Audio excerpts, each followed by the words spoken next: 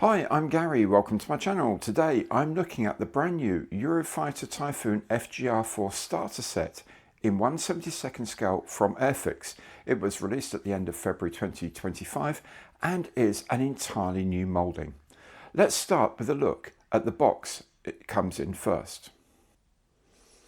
So here it is, the box of the Eurofighter Typhoon FGR.4, a brand new starter set from Airfix. A lovely piece of Adam Tooby box art on the front and a photograph of the completed kit on its shadow stand if you would like to use that.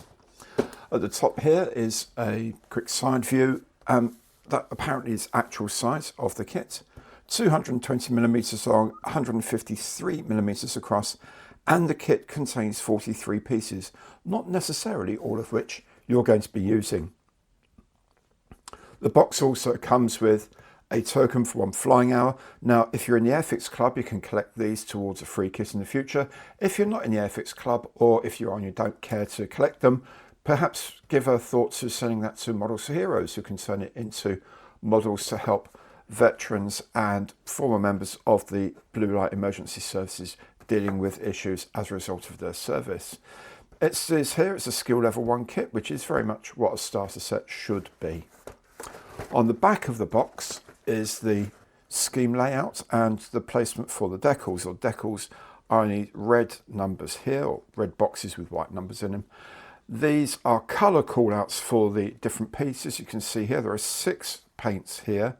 There's a silver, black, white, gunmetal and 2 grey colours. Now this 167 grey looks quite like a sort of slaty grey-green on this. It isn't like that at all. I suspect the paint isn't that colour.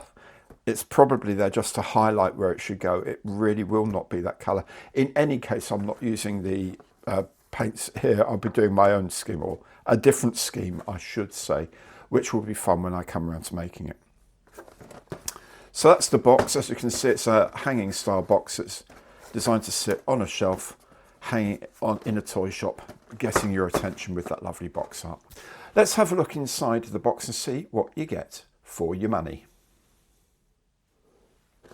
The box opens at the end, which is normal for these starter sets and gift sets, but not so normal for the rest of the Airfix range, which tends to be top opening boxes. Inside we find this sheet of tips, which are actually quite useful.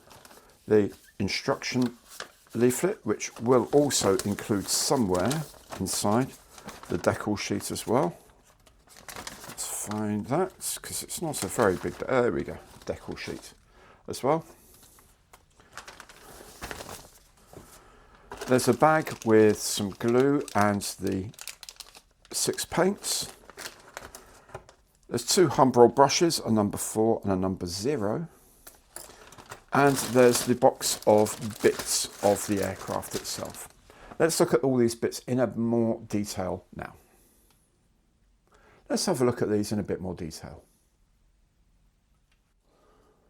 Right, this is frame A, and the first thing I notice is the change in the frame design. Airfix used to have frames which went all the way round like an outside runner, if you like, and all the parts are on the inside. That meant all the parts were really well protected, couldn't get bashed together in the box so easily, certainly couldn't get bashed together when you're making the kit. They seem to have gone away from that.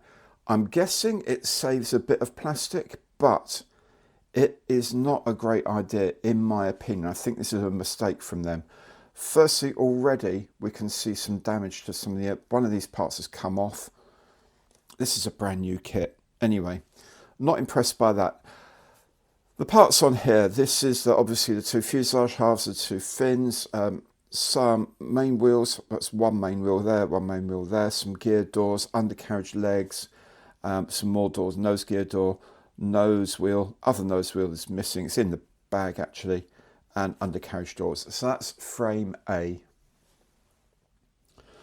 This is frame B. We have the 2 lower halves of the wings, the cockpit section, air intake for the engines, ejection seat, pilot, control panel, another part of the air intake system, and the spine of the aircraft. That's going to neatly cover up the sort of join of the two halves, which is kind of a nice touch, really. But again, in the old days, there would be an outer frame here stopping all this wobbling around, which could damage the parts. Frame C is the top halves of the two wings, the wingtip pods, that's probably the infrared SCAMR track system, the infrared camera system, and the exhaust nozzles for the engines.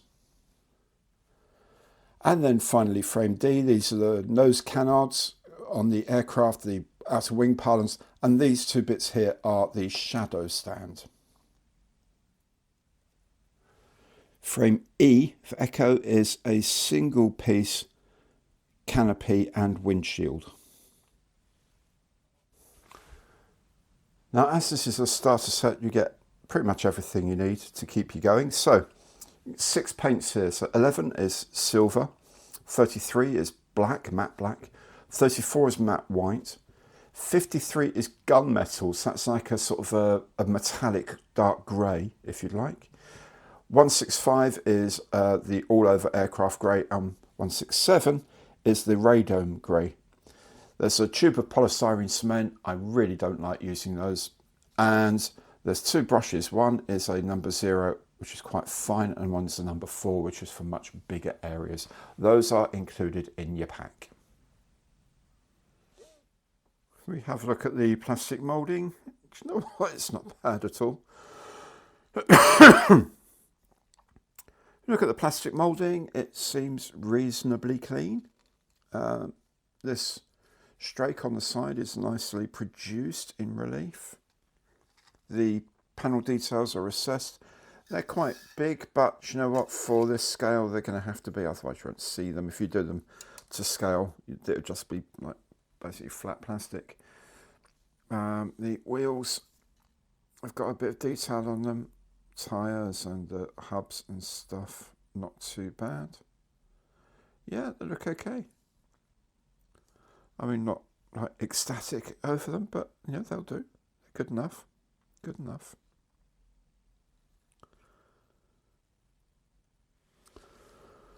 The underside of the fuselage is quite nice as well. The interior of the wheel well is reasonably well represented there, I think. These panels are all very good. Again, they're quite prominent panel lines, but not crazy prominent. Not really ridiculously bad, but quite much there. I mean, if you're going to do this as a starter, this is probably good because you'll paint the whole thing and you'll still see some of these panel lines. They'll cast natural shadows. Whereas if you're going to do this, maybe you've made a few more models and you're doing things like panel line washes and whatever, there's plenty there to pick up and do some weathering on and things like that. We're going to have some fun with it when we come round to painting it later because we're doing a different scheme. The cockpit tub is here. There we go, cockpit tub, lots of instruments. We can probably pick those out fairly easy with a bit of dry brushing.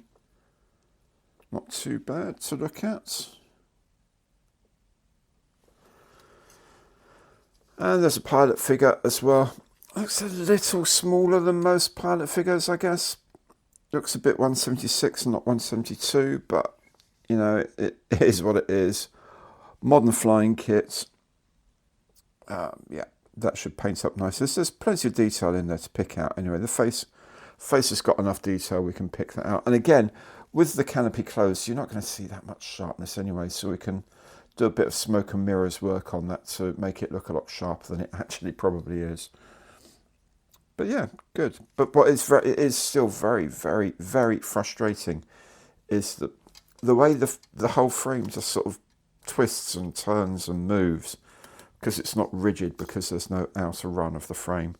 And as I say, I suspect that's to save plastic. Although, does it really save money? I'm not sure. Maybe I'll ask Dale about that because I'm not sure about it. The one part that is really nicely detailed actually is these inlet ramps here. You can see this. I guess it's some sort of acoustic thing on the inside. I don't know what it is, but they look really nice. Very fine lined grid sort of thing there. maybe the bleed channels or something, I don't know. Boundary layer bleed channels maybe. But very nice to see that. That will come up nicely with a bit of texturing. The decal sheet for this is fairly minimal. As you can see, there's the instrument panel, some low visibility markings, registration, squadron seal, and some high vis sort of formation markings, these yellow things. So very, very basic, but nice colours, and they're printed by Cartograph, who are arguably the best in the world, so they're pretty good in that respect. Here you can see a nice close-up of the decals, that they are very crisply produced. There's some colour bits added here and there, but they're very clean, very crisp. You know, for a kit of this size and for its intent, because it's going to have a closed hood after all, it's fine. Looks like they've opted for a blank screen now. I'm sure in reality that has all sorts of fun things all over it. Low visibility round doors in the pastel colours, and these station keeping reflective strips as well. All look very nice, all very nice and sharp, which is always a good thing to see. The instruction sheet is very much in the style of modern Airfix starter sets, in that there's a brief description of the aircraft here in English and some specifications also in French repeated here. And instead of having the German, Spanish and Swedish versions on the front, they have these big warnings on here. Not suitable for children under 8 years old. I do it under supervision of an adult. Read the instructions and follow them, of course. As usual, it does say for best results you should maybe wash the parts in warm soapy water, rinse and dry thoroughly. Lots of people don't bother doing that. If you're going to use the paints that come with the kit, I strongly recommend doing that. Although I would also look to get a bit of spray primer, some grey spray primer, say from like a motoring accessory shop or something like that. You don't have to necessarily get the Humbrol one. Any spray primer, if you are going to get a spray primer, do make sure it's an acrylic one and it is designed for plastics. Okay. Inside, there's some instructions here, assembly general instructions as well. Layout of the frames and the decal sheets. And something it does say is every now and again you're going to find these little nubs on the parts and you can cut those off. It'll tell you when to do those. The instructions for starter sets tend to be actually really very good to follow. They highlight where on the frames different parts are. They tell you with the yellow parts here where to apply glue, for example, and it is very much step by step and I think very straightforward. Where you need a decal putting in, such as this instrument panel, it's in a red box with a white number. You put that on and in it goes. And paint callouts are here in the plain box with a little paintbrush on them. And they're very clear. I find them very clear indeed. What I do like is that as you go through the build, the frames you're called upon to look at are missing the parts you've already used. So frame C should look like you've just got the two, I think those are, from memory, those are the exhausts and two wingtip stores and things like that. You shouldn't see a complete frame, there's no point. I think that's very clever thinking. You can of course make the kit either with the undercarriage up or down, and you can use the shadow stand if you're going to have, if you want to display it, it can be up or down. I notice it doesn't say anywhere here about adding a nose weight that I can see, so that's good. It should just sit down on its nose by itself. There's quite a lot of weight at the back of the aircraft, but I think the main gear is far enough back that it's not going to be an issue. I hope not anyway. Yep, as I say, the instructions are fairly simple. They do say put the seat and the pilot in quite late in the construction, and I like that, especially if you're going to be spraying the aircraft, because it's a lot easier to mask off the cockpit section there whilst you're spraying the whole thing than when you've got a pilot in there. And then of course at the end you pop on the clear plastic windshield and canopy, and there's the shadow stand, which can be used with the air wheels up or down. And there we go, fairly straightforward piece of instructions. Also with starter sets, you get this actually quite sensible sheet of hints and tips. If you've never made starter sets by definition really are aimed at people that have never made an Airfix kit before, indeed any plastic kit before. So they do say there are some things that will help you: a nail file, tweezers, scissors, some clippers, a hand drill, a pin vise they generally call them, some tape, pegs, things like that. Wash all the parts with soapy water, rinse them and let them dry. Check out the frame numbers and things like that. Use clippers to take the parts off. Files to round off any edges, any bits left over from cutting them off. Hold small parts with tweezers. Yes and no. Depends how small they are and how confident you are using tweezers to hold them. This is very important. A few really important things here. Test fit parts. Always check the fit before you put glue on, because you can always take a little bit more plastic off if it doesn't sit absolutely right. As soon as you put glue on it, it becomes a whole different game. When you do use glue, really be sparing with it. Don't use too much.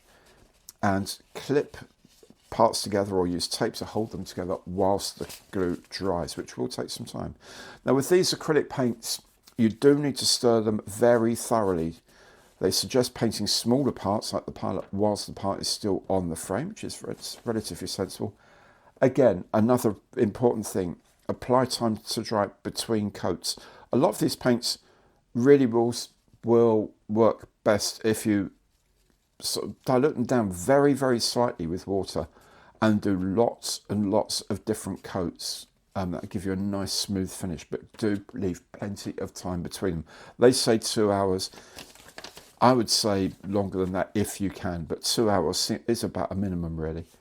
Then decals, cut them out from the sheet, dip them in warm water for about 20 seconds and they should just slide onto your model like that. But we'll be looking at putting decals on later on. So there it is. Airfix says the new frameless sprue layout is common to all of its starter set range. It makes it easier for the user to identify parts and it saves plastic, meaning lower costs, especially of an entry-level kit. I wonder how much it actually saves as a proportion of the overall retail price of around £20 and whether this is worth the potential for damage or lost parts, especially in a kit aimed very firmly at new model makers. Anyway, the parts look okay to me. The instructions are as novice friendly as it gets and I'm looking forward to making it.